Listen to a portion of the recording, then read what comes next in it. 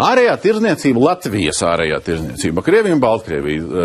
Viens grafiks, ko mēs vienkārši esam atjaunojuši tagad ar 24. gada uzsvaru 10 mēnešiem. Tas nav viss 24. gads. Un tātad zilais ir eksports, sarkanais ir imports. Un te vēl nav tranzīts, ja, ko, pēc muitas deklarācijām, kā uzskaita. Gan imports un eksports attiecībās ar Baltkrieviju. Tas samazinājums, salīdzinot ar 23. Viņš ir, es pat teiktu, niecīgs. Visus ekonomiskos procesus mēs neizkontrolēsim, un ir preču grupas, ar kurām ir atļauts tirgoties, un noteikti būs uzņēmēji, kas vēlēsies tām tirgoties, un ja tas nav aizliegts, tad arī tas notiksies, un tas notiek ne tikai Latvijā, tas notiek visā Eiropas Savienībā. Lietuvieši joprojām uz Kaļiņingradu pilns spektrs saņem naudu un subsidē savas ostas par to. Un, godīgi sakot, nedaudz smējās par latviešiem.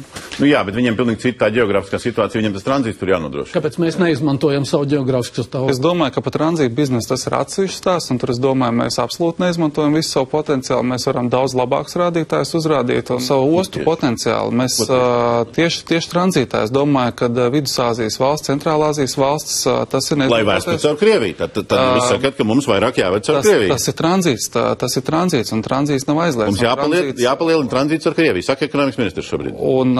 Es vienkārši nofiksēju, ja? Mums jāpalielina tranzīts no Centrālāzijas valstīm, kas ir arī Eiropas Savienības kopējā politika, ko īsteno arī citas Eiropas Savienības valsts. Tā ir atļauta politika, ar kuru, ja mēs to nedaram, tad mūsu kaimiņi to dara.